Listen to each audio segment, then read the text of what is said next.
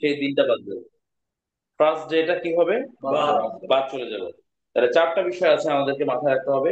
এই 12 ধারায় যে চারটা বিষয় হচ্ছে সমন্বয় হবে, অর্থাৎ তামাদি গণনা থেকে সময় বাদ যাওয়া যাবে কোন ক্ষেত্রে?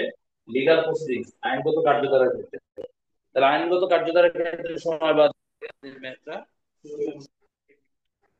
বাদ যাবে। তাহলে একটা দিন এখানে বাদ যাবে, কয়দিন বাদ যাবে? যেদিন থেকে স্টার্ট হচ্ছে স্টার্টিং ডেটা বাদ যাবে। ওকে, তাহলে একদিন কমলো, কারণ এখানে তো দিনে দিনে হিসেব। আমার মেয়াদ দেওয়া থাকে 30 দিন, আপিল করতে আমাকে বলে যে 30 দিনের মধ্যে আপিল করতে হবে, কিংবা 7 দিনের মধ্যে আমাকে আপিল করতে হয়। তাহলে 7 দিনের হিসেবটা আমাকে তো বুঝে বুঝে নিতে হবে। 2 4 5 দিন যদি আমি বাদ দিতে পারি কোনো সিস্টেম করে, এটাই তো আমার লাভ, তাই না? ইসে যান, শিডিউলে যান, 150-এ চলে যান।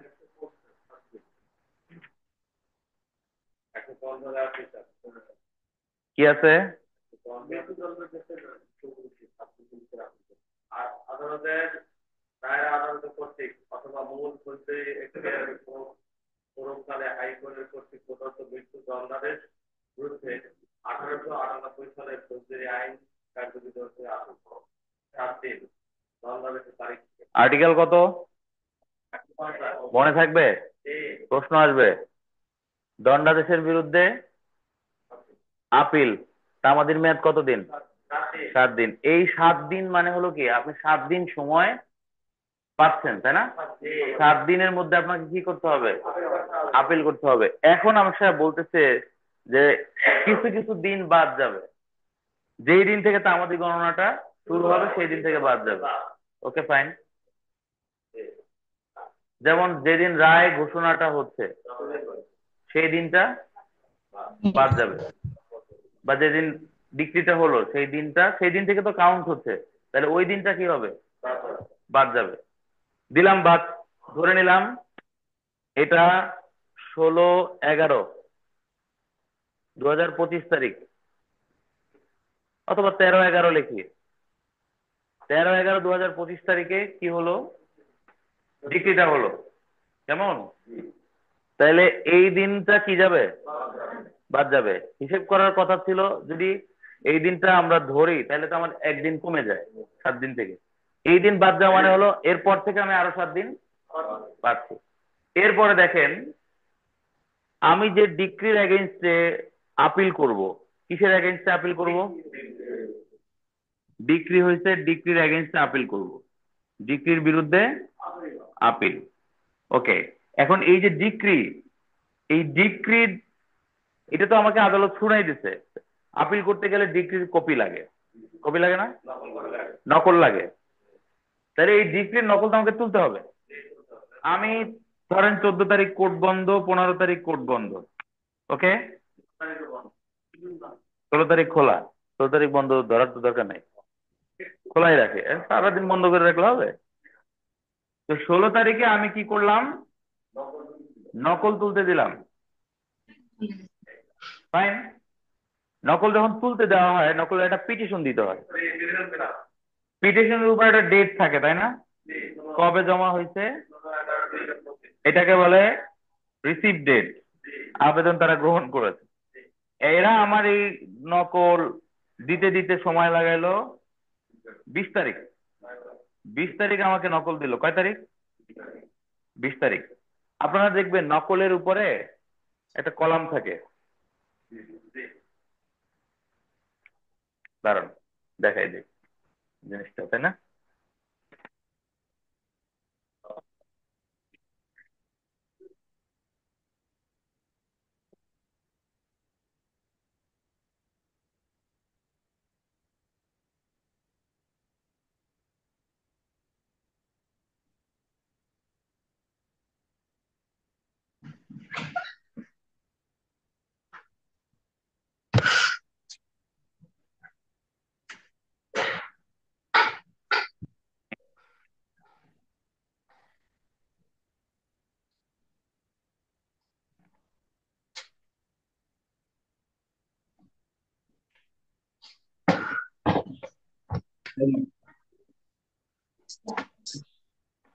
ঠিক আছে, কি একটা আনতে গেছে। 9. খেয়াল করেন, এটা হচ্ছে আমাদের কি নকল লেকচার, সার্টিফাইড কপি, তাই না? তো এই সার্টিফাইড কপিটা তুলতে হয় আমাদের। তোলার জন্য যে আবেদন দিতে হয়, আবেদনের পরে তারা আমাদেরকে এই কপিটা প্রিপারেড করে আমাদেরকে দেয়। এই দেখেন, এই কপির উপরে এখানে লেখা আছে 15/7/25, আর এখানে লেখা আছে 28/7/25। 15/7/25 হলো আমার আবেদনটা তারা গ্রহণ করেছে, এবং 28/7/25 আমাকে এটা তারা কি করেছে, ডেলিভারি করেছে। কয়দিন গেল? 13 দিন। তাহলে ধরে নিলাম এইখানেও এই যে 16 থেকে শুরু যদি করি, আর এখানে কত, 28, এই যে 13 দিন চলে গেল, আমার এর মধ্যে তো 7 দিন শেষ অলরেডি। ম্যাথ কত দিন? আমি কাগজ পেলাম 13 দিন পর, কাগজ পেয়েছি আমি 13 দিন পরে, আমার অলরেডি তো 7 দিন শেষ। এখন এই 7 দিনের মধ্যে আমার দ্বারা কি আসলে এই কাগজ ছাড়া এই আপিল করা সম্ভব? তাহলে এই 12 ধারা বলতেছে এই কাগজ পেতে পেতে, রায়ের কপি পেতে পেতে, ডিক্রির কপি পেতে পেতে, কিংবা রোয়েদাদের নকল পেতে পেতে যে সময়টুকু যে সময়টুকু ব্যয় হবে, সেই সময়টুকু তো আমাদের গণনা থেকে কি যাবে, বাদ যাবে। আসসালামু আলাইকুম।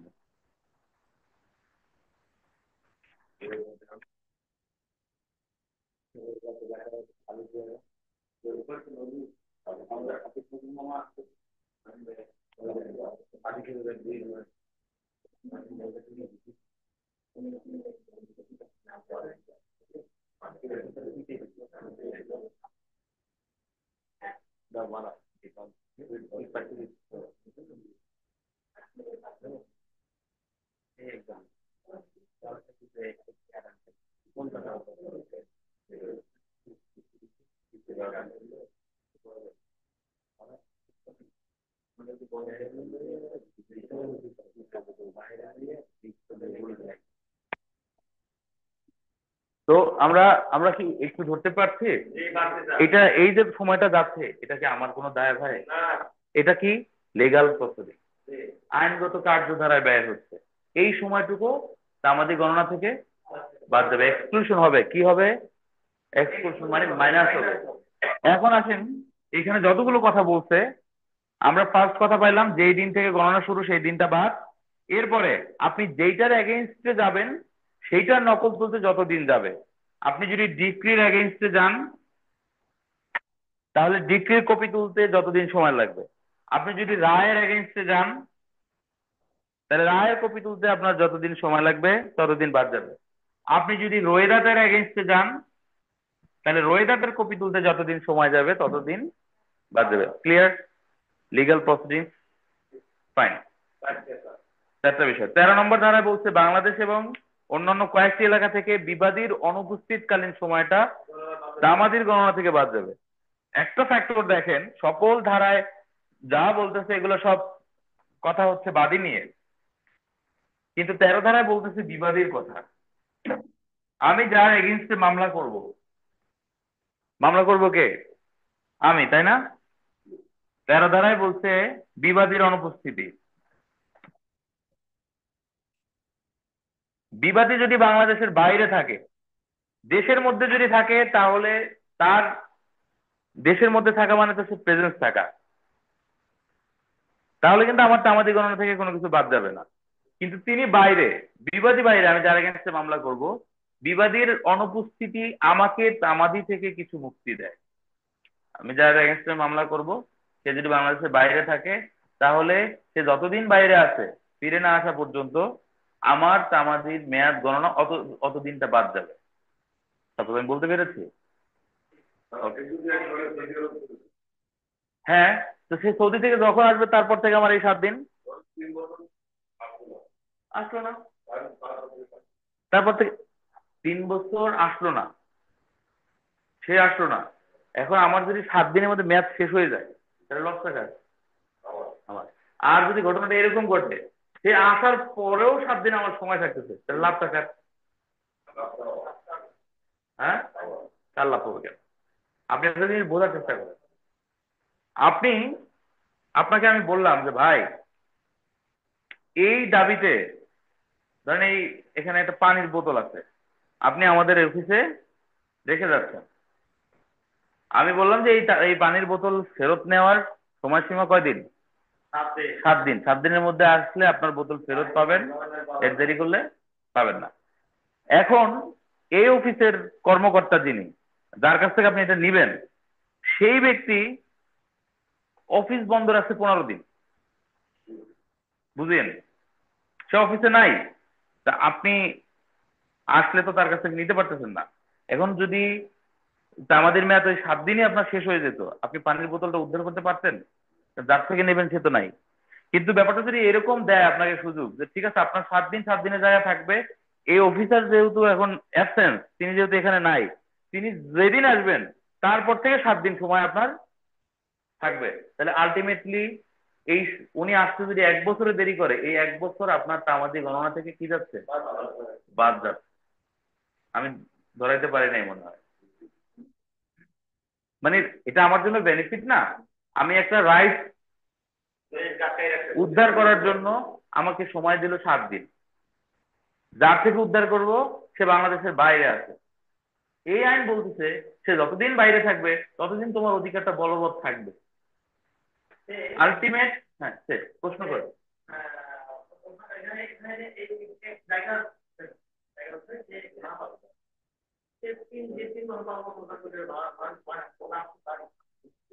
হ্যাঁ, এর মধ্যে আপনি যে মামলা করতে পারবেন না তা তো না। মানে ব্যাপারটা হচ্ছে যে আপনি যদি ওয়েট করেন, আপনি সর্বোচ্চ কতদিন ওয়েট করতে পারবেন মামলা না করে? আপনি 7 দিনের মধ্যে মামলা করে দিলে তো আপনাকে ঠেকাবে না। আমি কি বলতে পারছি কিনা? ব্যাপারটা এরকম না যে আপনি 7 দিনের মধ্যে মামলা করতে পারবেন না। আপনি 7 দিনের মধ্যে মামলা করতে পারবেন, কিন্তু আপনি যদি ওয়েট করেন তাহলে হাইয়েস্ট ওয়েট আপনি ততদিন পর্যন্ত করতে পারবেন যতদিন সে না আসবে। না আসার আসার পরে তো আমাদের ম্যাচটা কি হবে? না থাকলে তো করতে অবশ্যই পারতেছেন, কিন্তু আপনি সর্বোচ্চ মেয়াদটা কতদিন পাবেন, কতদিন বাদ যাবে আপনার কাউন্টিং থেকে। ক্লিয়ার? ভাই বোনে আবার প্যাচে পড়ছেন? আচ্ছা, ক্লাসের পরে আপনার সাথে আমি প্যাচ ছোটাবো। আমি 14 ধারায় চলে যাচ্ছি। সেখানে একটা মজার কথা বলতেছে, দেখেন ধারা নম্বর কত? এখতিয়ারবিহীন আদালতে। কি বিহীন আদালত? আমরা জানি আদালতের জুরিসডিকশন আছে কয় ধরনের? বেসিক্যালি 2 ধরনের, কোথাও এটা 3, কোথাও 5 করে করে।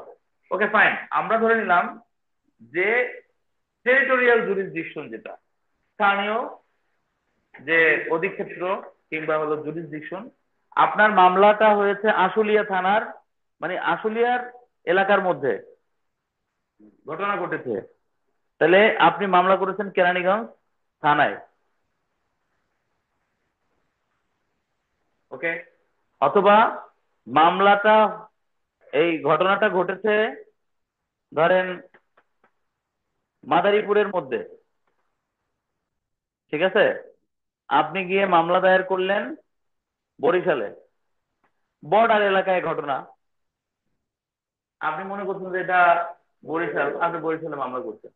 পরবর্তীতে দেখা গেল, খেয়াল করিয়ে, পরবর্তী দেখা গেল যে আপনি যেই কোর্টে মামলা করছেন এই কোর্টে এই মামলাটা বিচার করার এখতিয়ার নেই।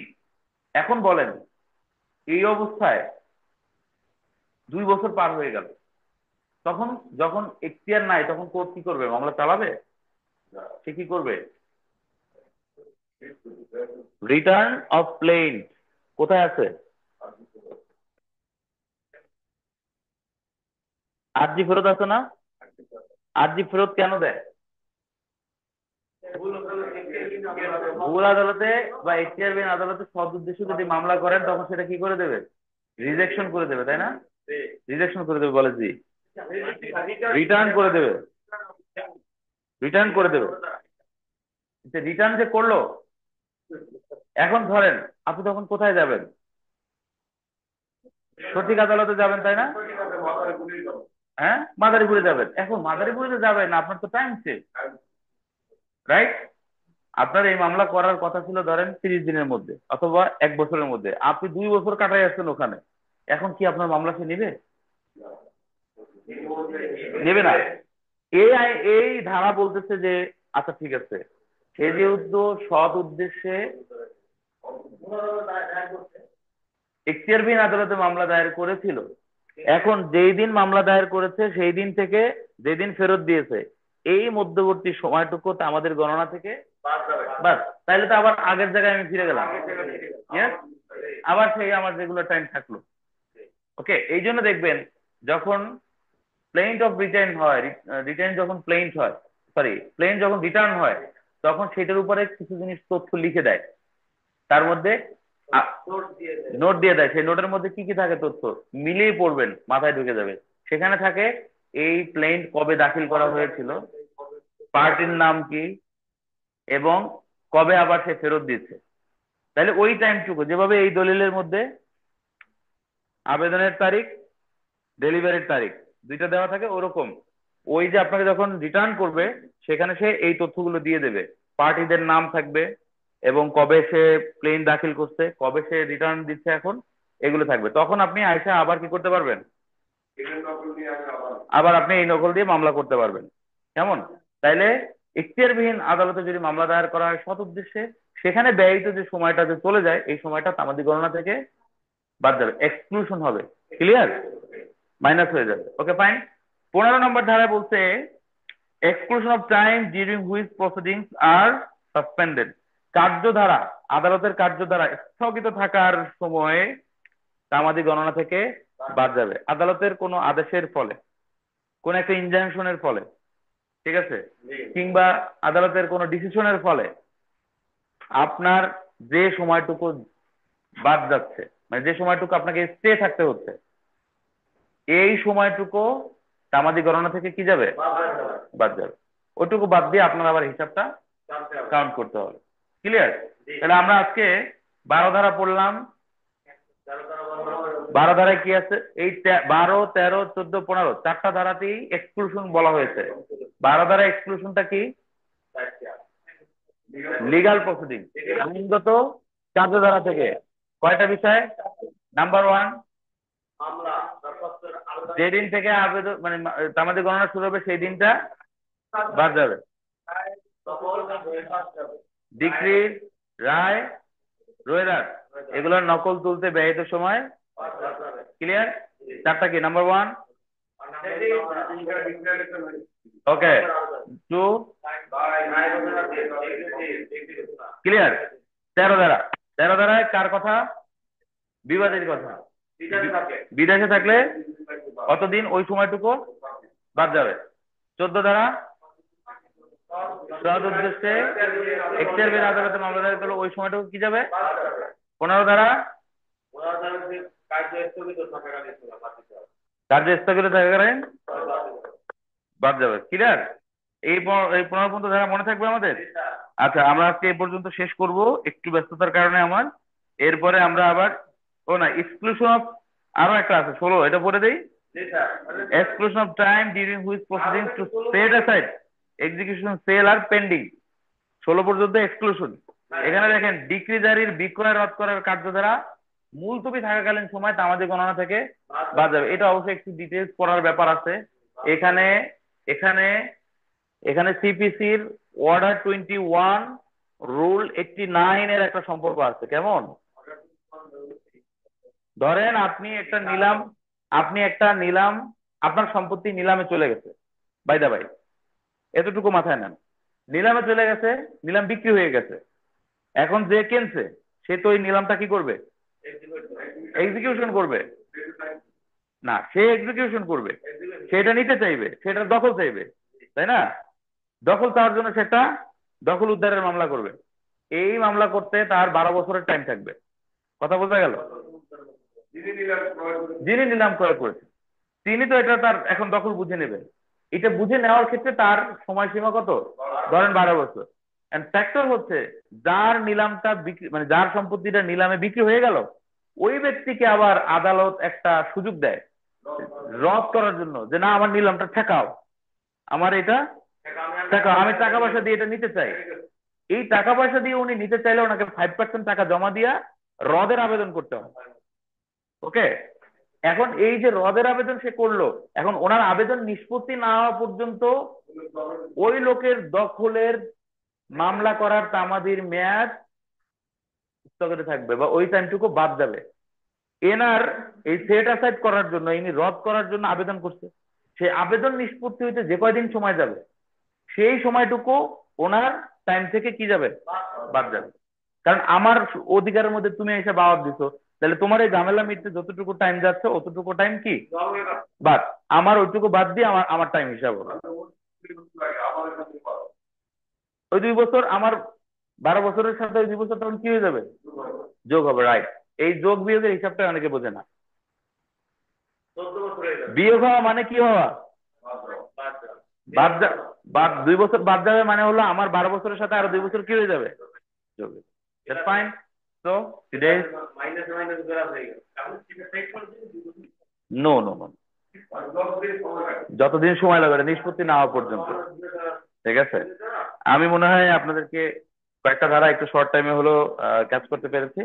আশা করছি ক্লাসে আমরা বাকিটুকু শেষ করবো। সবাইকে ধন্যবাদ। আসসালামু আলাইকুম রহমতুল্লাহ।